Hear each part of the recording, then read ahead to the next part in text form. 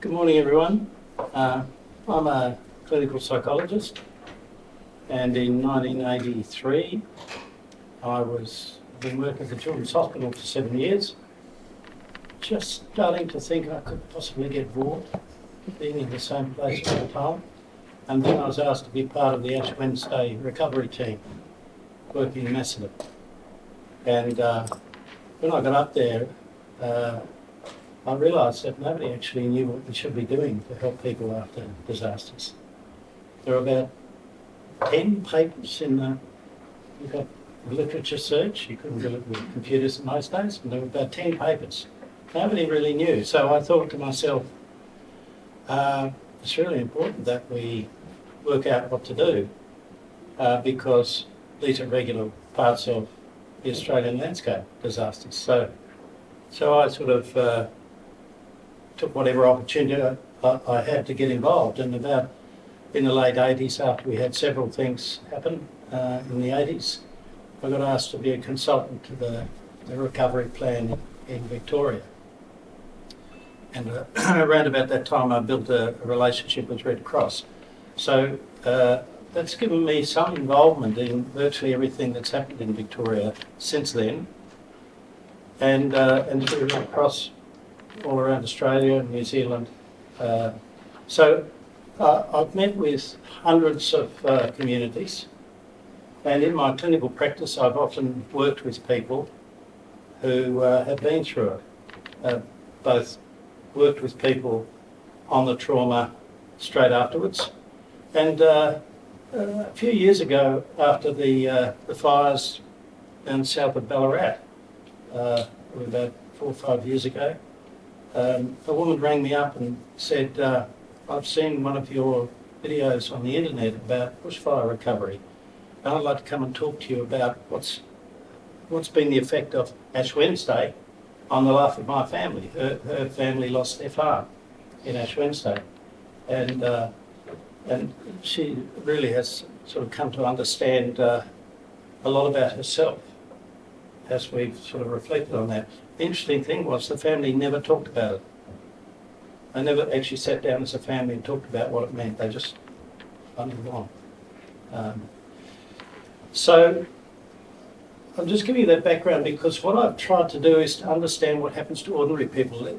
Yes, some people get depressed and anxious and post-traumatic stress, and we understand them because they're suffering from a disorder that we can give a name to, and we've got all sorts of ways of helping with that.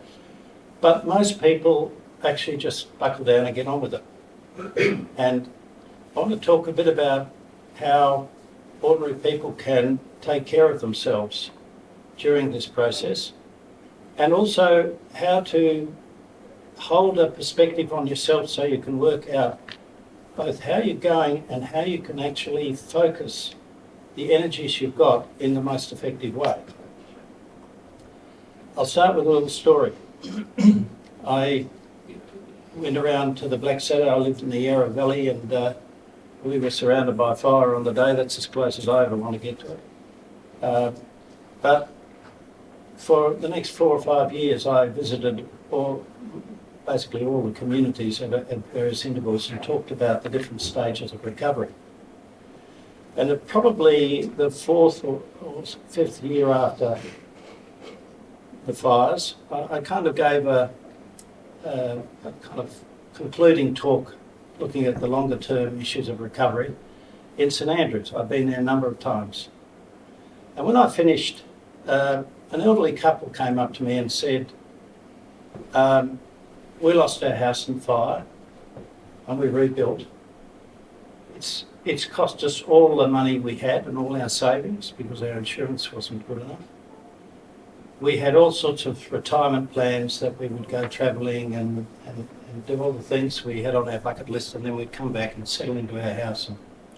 But we've had to use all that, so our whole future plan has had to be rejigged.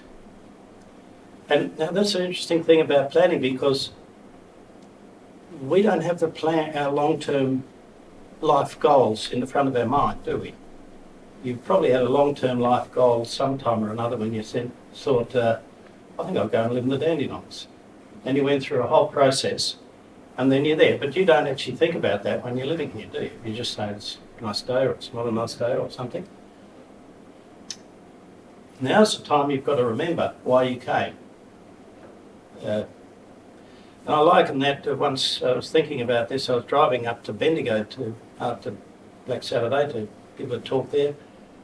And I hopped on the Western Ring Road and I'm beavering away there thinking, now what do I talk about? Where are they up to? How long is it? What are the issues likely to be? What have I heard from the people there? And then I'm completely lost in thought. So I had the goal, I've got to get on the Western Ring Road to go to Bendigo. Then I come up to the Tullamarine interchange. And back in the old days you had to be on the left-hand side to go through. I forget which one it was.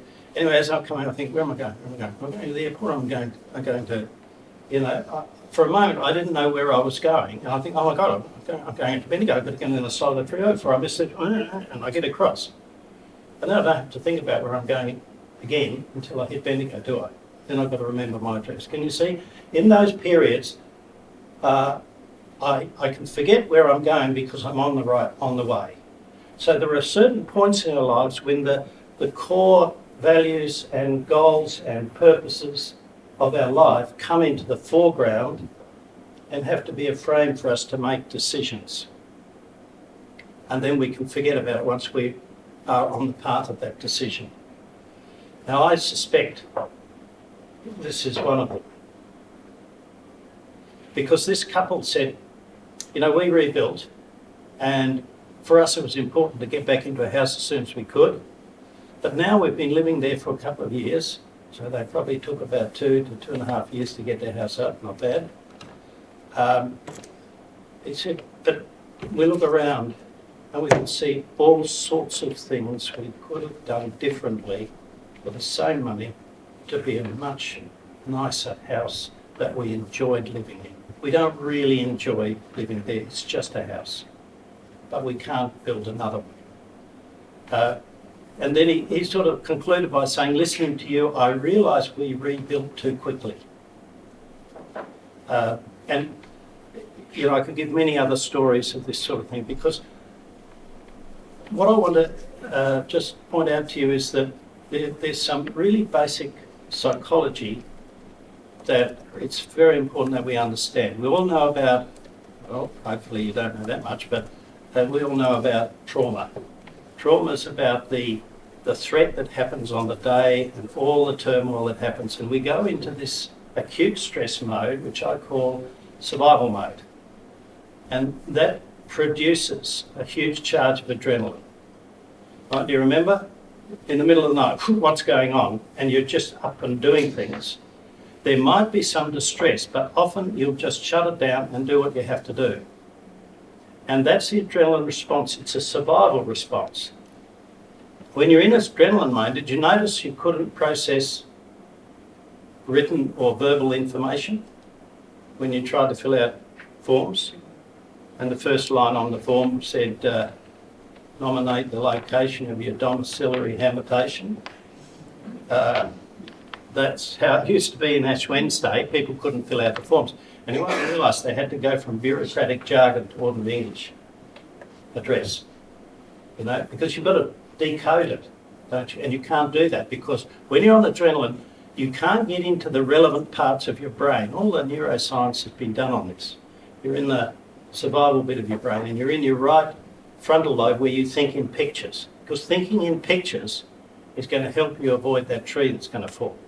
Because it's about where and when and how far do I jump and how far do I move. It's all about that. So there are things you can do better than ever in adrenaline, and there are things you can't do. And then gradually you come out of this as the threat subsides. But not just the threat of the trees, but the threat of insurance companies and where will I live and what's going to happen and so on and so forth, all sorts of issues. But that sort of settles down. And then you move into this protracted period of recovery, we call it, rebuilding. And it's taken me a while to really understand this because I say that there are 3 major problems in disasters. This is the trauma, which is the bad experience on the day, It's really important that that gets attended to, and as we head into the next winter and so on, you'll probably notice that there are certain features of the environment, we call them triggers, that will reactivate the anxiety. Strong winds, you've probably had them already. That's because when you're in that primitive state in your reptile brain, which is in behind here, reptiles, sharks, crocodiles, you know, they're not very sophisticated, but they've managed to survive for a very long time, haven't they? And that's because we all have this capacity to link things together in such a way that they trigger survival. So if something has really frightened me, I'm going to remember not that, but everything around it as well. So that even if I heard a tinkling of a bell over here, at the time that this terrible thing happened, for sure next time that bell tinkles, I'm going to get ready for that to happen. So there's a lot of random associative connections that form around the experience. Okay. In the one flower, those things happen. And, you know, people have told me so often they have moments of anxiety, because that's the adrenaline response when there's no actual threat there. It's getting ready for something that hasn't happened yet. That anxiety surges up. And sometimes in my sessions, I've got to go right back and really try and work out what's triggered it. And usually you can eventually find it. And something indirect. There's a few obvious things, of course, loud winds and so on. But often just the atmospheric conditions. People often notice that with bushfires. They start to feel, in fact, it took us a few years not to feel a bit agitated when there was a blustery north wind blowing, tossing the trees on our boundary around in a certain way, even in the winter when there was drizzle on it, because that was the Black Saturday. You know, those 3 days of absolutely still 40 plus degrees, thinking, my God, this could explode, and then on Black Saturday it did. And so how do we get over that? We live through summer and winter after summer and winter with the same blustery north wind without anything bad happening. Can you see I'm building new associations? North wind is not always on Black Saturday, but that takes time. It takes years. And so we need to understand that the full recovery process must take a few repeats of the circumstances of the disaster without the disaster happening before you can create a context for it. Otherwise, every time we get this, we're going to have the disaster. That's what the body prepares for. So that's the trauma element. The second element is loss. Trauma is the injury from the threat and the danger and the terrible experience. Loss, whatever you've lost. And I know that many people don't realise what they've lost until they're in their new house. So they know intellectually, but not here. And I think it's important to be prepared for that. All their friends say, do you notice your friends don't get it, what it's like to go through this? Every aspect of your life is affected and disturbed, isn't it? And when they move into their nice house after the bushfire and their friends are saying, oh, you must really be enjoying living in a new house. I wish I had a new house. And you didn't want a new house. You're perfectly happy with your old house. And actually, I know even after Ash Wednesday, people would say, I don't want my friends to come and visit. It feels like I'm living in a motel. Wait till the paint gets scuffed off and the kids have dropped jam on the carpet and it feels, you know, what would you normally do if you'd chosen to move a new house and the kids dropped jam on the carpet? You know, you'd be upset. And there's a whole process about emotionally connecting with a new house that you didn't want.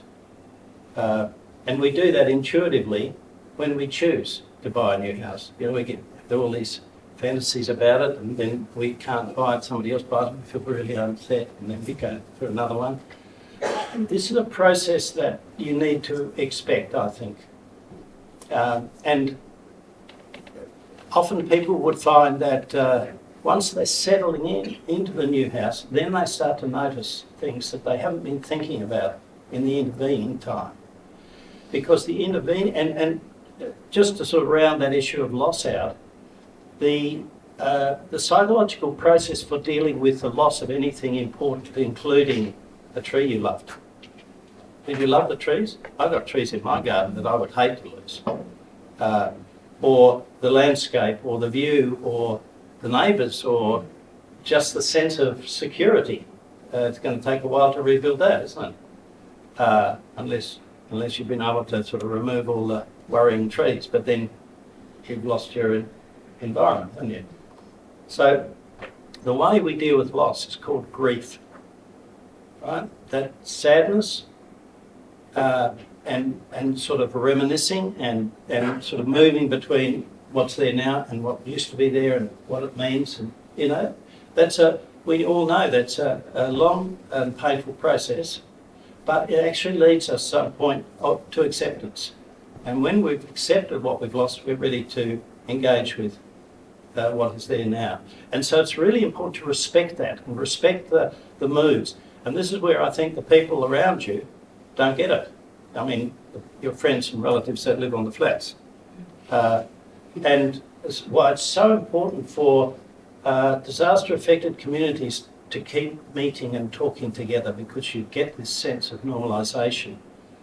And that's something that you can't do too much at the moment because you've got so much to do, haven't you? And if you get disabled by grief or the anxiety of the wind and so on, and you can't get on with recovery, that's when it's really important to get some help early, so that either through each or whatever other agencies are available, to actually shift that so that you can actually do the work you need to do, because there's so much work to do.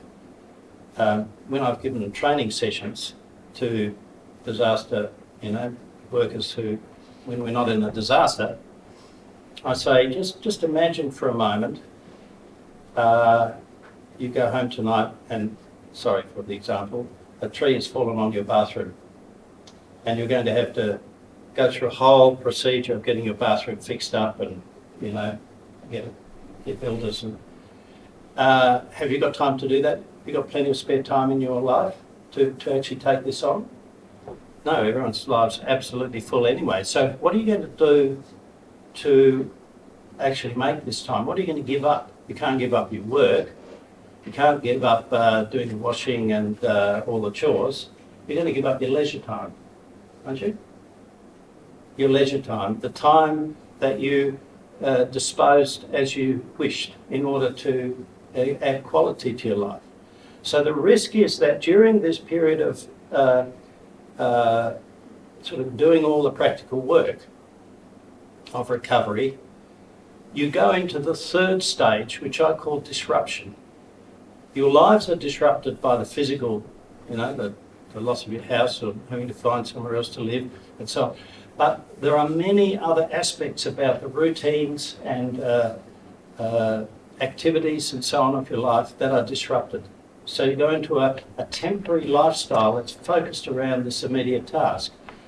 And you're not in a position to do that in your normal, I call it the comfort zone, the normal way, the balance we have, the sleep and recreation and work and the pattern works.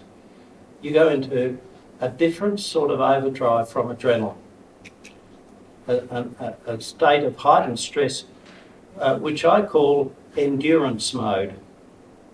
So emergency mode is I'm going to throw all the resources at it and I'll either achieve it or not. I like to say that's, the mechanisms were probably selected out by natural selection way, way back in the last ice age, when it was all about avoiding things like saber-toothed tigers that would interrupt our barbecues. And when there's a saber-toothed tiger suddenly leaps into the middle of the barbecue, it's going to be all over one over the other very quickly, isn't it? And it's the people who can get up the trees and whatever, avoid, who are going to devote everything to escaping, who are going to survive best.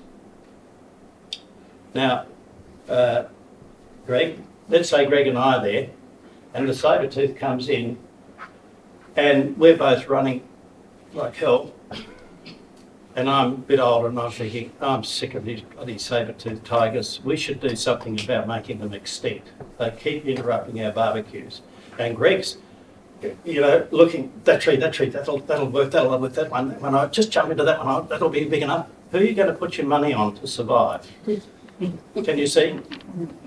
I've got a philosophical view that's got the long term.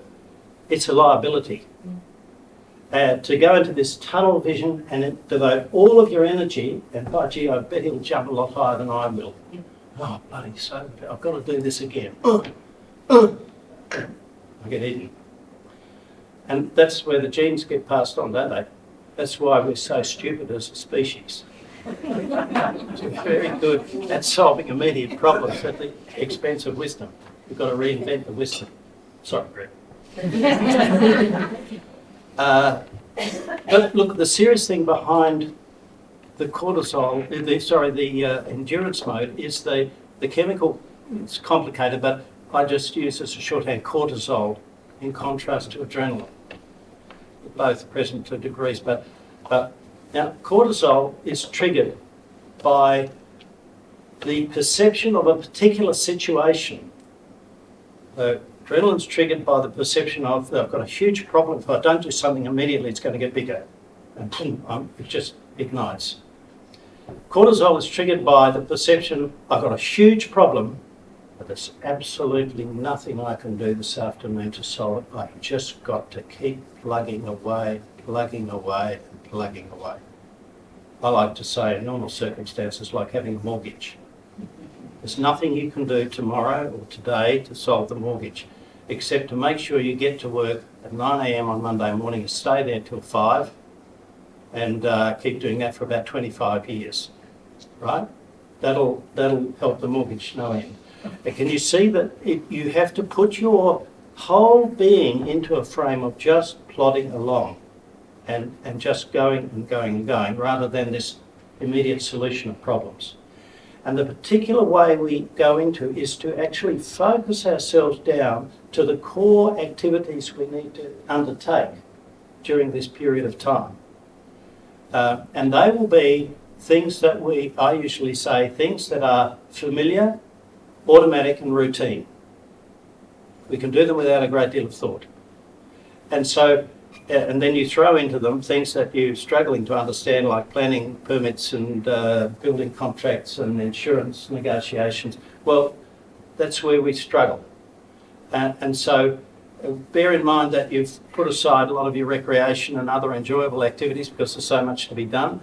And so you get into this period of the endurance mode that I think runs from when the adrenaline mode subsides, more or less until normality is restored, which is when you're, not just when you moved in, but when you've settled in and you've re-established a normal routine of life.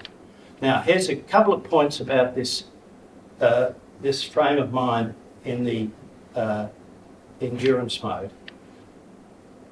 If you don't be very strategic and take care of yourself, you can get into a point where you do what you can do rather than what you need to do. And that is simple routine tasks. Have you ever had this experience where you know there's a very complicated phone call you need to make? Our NBN goes down every day. I've had a man out there at least once a year since we were put on the NBN. But you know how long it takes when you've got to start off ringing Telstra? It takes usually at least half a day to get them to agree to send the man out again. In fact, the man knows us now. He said, I've been here several times. Anyway, we won't talk about politics and infrastructure. It's nothing to do. I'm sure our Rangers would have done a much better job if it was there. But I know I should get it fixed up, but I just can't do it today. Right? You know that feeling? I should really make this phone call to the issue, but I can't do it today. This is cortisol state of mind. And if we get too deeply into this, we can't face tasks because we feel too depleted. And when I've charted people's recovery with them, you see that something will happen, might be an emotional crisis or a disappointment or some bureaucrat or some insurance person tells you something that you didn't want to know, and you just feel defeated. And then basically, if you look at the recovery, it stalls for sometimes weeks, where you just can't face it all. And I think that's an inevitable consequence of being in this very focused, sort of plodding state of mind, where you as long as things are routine in the bushfires in the rural areas, what you notice is that a farmer who is very familiar with his work, when he suddenly reaches one of these complex problems where he's not going to get the funding he thought, he can go out and just build a few kilometres of fencing, but he can't actually sit down and work out and make a phone call and engage in the negotiations. Because what happens is that the cortisol means we go into those structures in our brain which are a bit below this creative outer layer, which is where all our routines and habits are stored. Not right in this instinct business, but in the next layer where our routines are stored, the things we can do without thinking about it. And if you're an insurance person, you can do insurance negotiations without thinking about it. But you won't be able to, reconnect the hot water system. If you're a plumber, you can do it's the other way around. It's whatever's in our experience, and we'll all be different that way. But the important thing is that what you lose contact with in this plodding endurance mode is those long-term goals. And it's like me on the freeway when I'm thinking about my talk, right? I've got on the ring road, I'm thinking about my talk, and then suddenly, where am I going? I've got to make a decision. And what we notice is that if people allow themselves to get too focused on the nuts and bolts of recovery and devote all of their energy to it, then they start to make poorer decisions. Instead of actually like this couple thinking, okay, we've lost our house, we're going to spend all our money doing that, this is where we're going to have to live. Let's take some time to be creative about it. Let's maybe think about it. Let's put up some options and then explore and maybe talk to people and read things and look at stuff on the internet. Let's make the building of a house a creative thing instead of going on an overseas trip, because that's not possible now. Can you see it's a different mode to be replacing something you've lost versus saying, okay, I'm going to have to build a house. Well, I always say I don't want to spend my time building a house. I've got other things I'd like to do. I'd like to have someone build me one and I'll buy it. And I've only done it twice, but that's how I'd like. But if I had to suddenly build it, I'd have to actually get interested in something that I didn't want to do. You see that?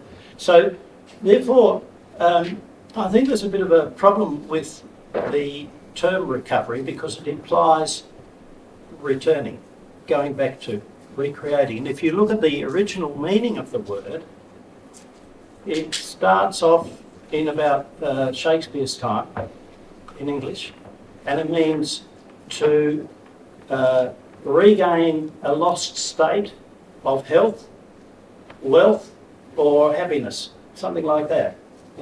He's recovered his mood. I gave him a good breakfast and he's recovered his mood. He's recovered from the flu. He's recovered from the financial disaster. So that all implies getting back to where things were before. But when we look at disasters, many people will say, isn't it interesting how it punctuates the what I was about to say is, many people will say is, I can't get back to life before. My life will never be the same. I've been through traumatic experiences. It's changed my view of life and the environment, who knows what. And financially, I'm going to have to do things differently. So that's like me being on the road to Bendigo, and actually I suddenly realised I should have gone to Ballarat. I'm on the wrong freeway. I thought I was going to Bendigo, but things changed. And so now that means really stopping and thinking for a moment. What does this really mean for my life? I've got to build a new house. What kind of a house would I like? How do I get beyond the image of the one that I'm grieving for? You know, and think about another one. You know, you can't. You know, you lose a dog that you've had for many years. It doesn't feel right to just get another one the next day, does it? Well, it's one solution, but you want to sort of let go of that dog and then think, what kind of a dog would I like?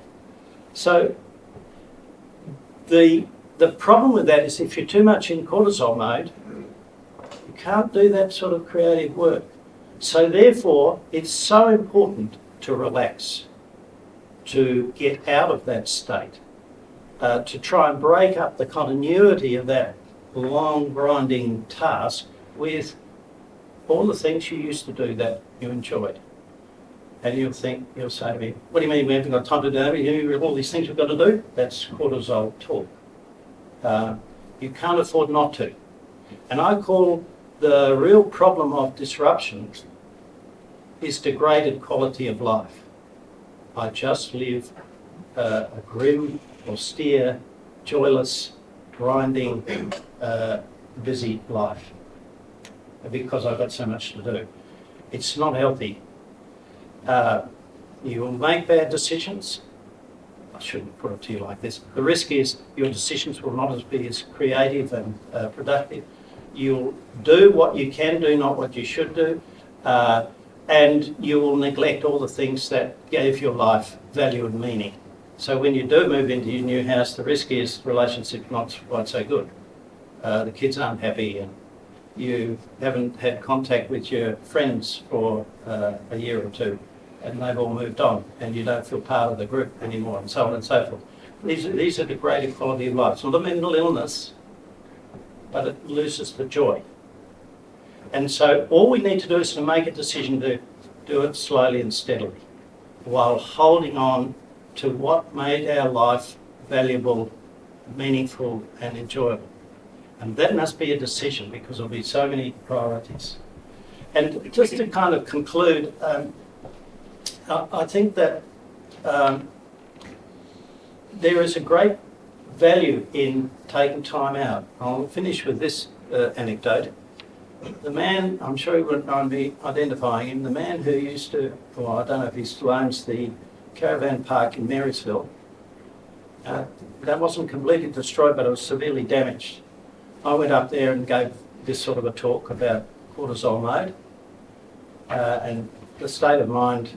You'll know you're in cortisol mode when your memory's not working very well, by the way.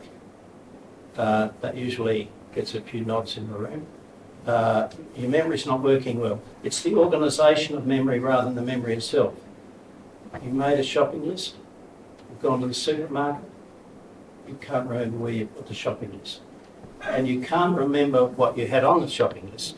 So having ransacked the car, you have to drive back to the kitchen and go through the cupboards. And when you get into the car, see, you actually see it sitting on the dashboard. Isn't it annoying?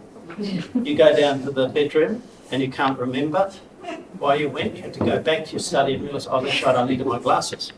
You see? This must be a bit of cortisol in the room. And it annoys us because we become more and more inefficient. So that's a signal. That means you need more leisure. You've got to get your mind capable of holding a plan that's only about 10 minutes down the track. Right? You've got to be able to hold on to, basically what's on the shopping list. So rather than be thinking all the time about your planning problems as you're driving there and then wandering around the supermarket, you've got here to do the shopping. Present for your own moment. And the other thing that's really important is in this cortisol state is that we dither. That's the term I use for how, you know what it's like, you dither. You can't get things done. You wander from one task to another because there's so much that needs to be done. I had a story about a farmer who went out to get his tractor ready to do something. He realised he needed a spanner, and he went to the shed and he saw a pump that he was halfway through repairing. He started doing something on that, and then he went to another shed. And it was only at the end of the day, when he went to close up, he realised actually he should have been out ploughing the fields. He'd forgotten what he was going out to do. He said, I was busy all day and achieved nothing. And we can do that. I can do it in my office with my computer. Dithering. So those are the signs. Now, this man in Marysville said, when I heard what you were describing, I realised that was my state. So what I did was, I took my family to Bali.